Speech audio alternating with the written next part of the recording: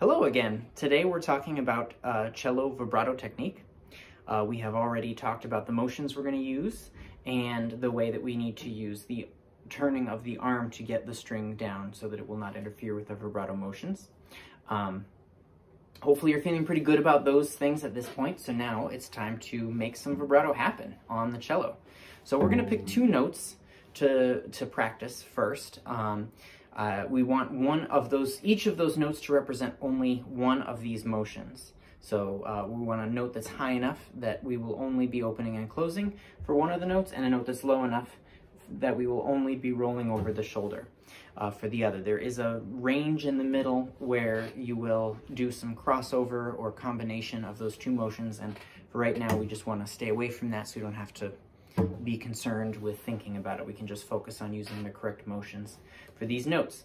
So I'm going to pick B on the D string, 4th position, 3rd finger for the opening and closing.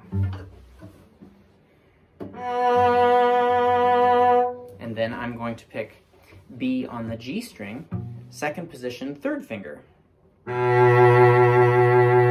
for the rolling over vibrato, for the rolling over the shoulder vibrato. A couple of things so you can pick different notes if these don't work for you.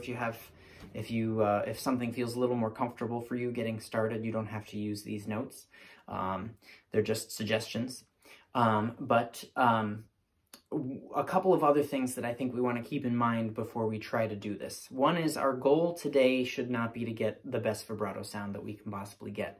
I think the goal needs to be to make sure that we're getting used to using these motions to get vibrato, and that vibrato is not getting stuck in tension or in too small of a range of motion. So the size of that motion is going to be a big deal to pay attention to. It's going to feel actually really big. When I was showing you these motions earlier, those are not exaggerations of size. The motion actually feels that big. I'm trying to create a motion that is that big. It is limited by the fact that my finger attaches my arm to the string, and that limits the motion to what it actually sounds like, which is smaller and faster. But I'm actually trying to make the motion this big. Like if you're playing ping pong with a friend, you are not trying to hit the ball so that it will stop at the distance that they are to you. You're trying to hit it past them, and then they turn the ping pong ball around with their stroke. And so the vibrato kind of works like that. You do not want to try to catch one stroke of vibrato and then start a new stroke. Each stroke of vibrato turns it around in the same way that the stroke of the paddle turns around the ping pong ball. And as I said, the finger is going to limit its motion. You do not want to limit its motion. The attachment of the finger to the string is what limits the motion.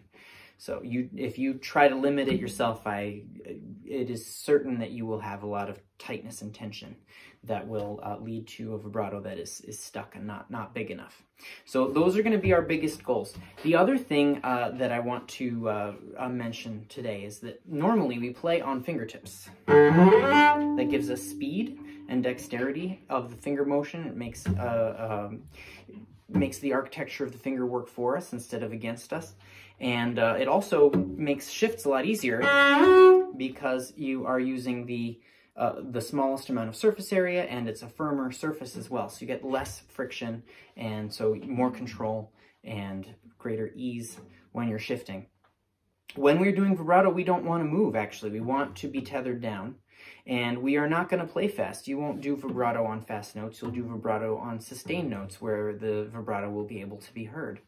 So not exclusively, but generally, we're going to want to actually use the pads of the fingers. We're still going to use arm weight to turn those pads of the fingers into the string, but we want to use the pads of the fingers. They're a little softer and a much wider area, so we get more friction, so we can tether more effectively this motion to the note and not have to worry about the finger moving around.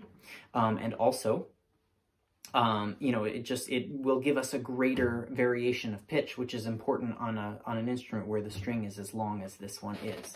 So for all those reasons, we want to be actually on the pad of the finger with longer fingers than what we're used to using. But again, arm weight, all right? And then, so then once you kind of feel like you've got those things going, let's get some vibrato on these notes. And once you're feeling like you got that working, then come back here and I'll give you the next step.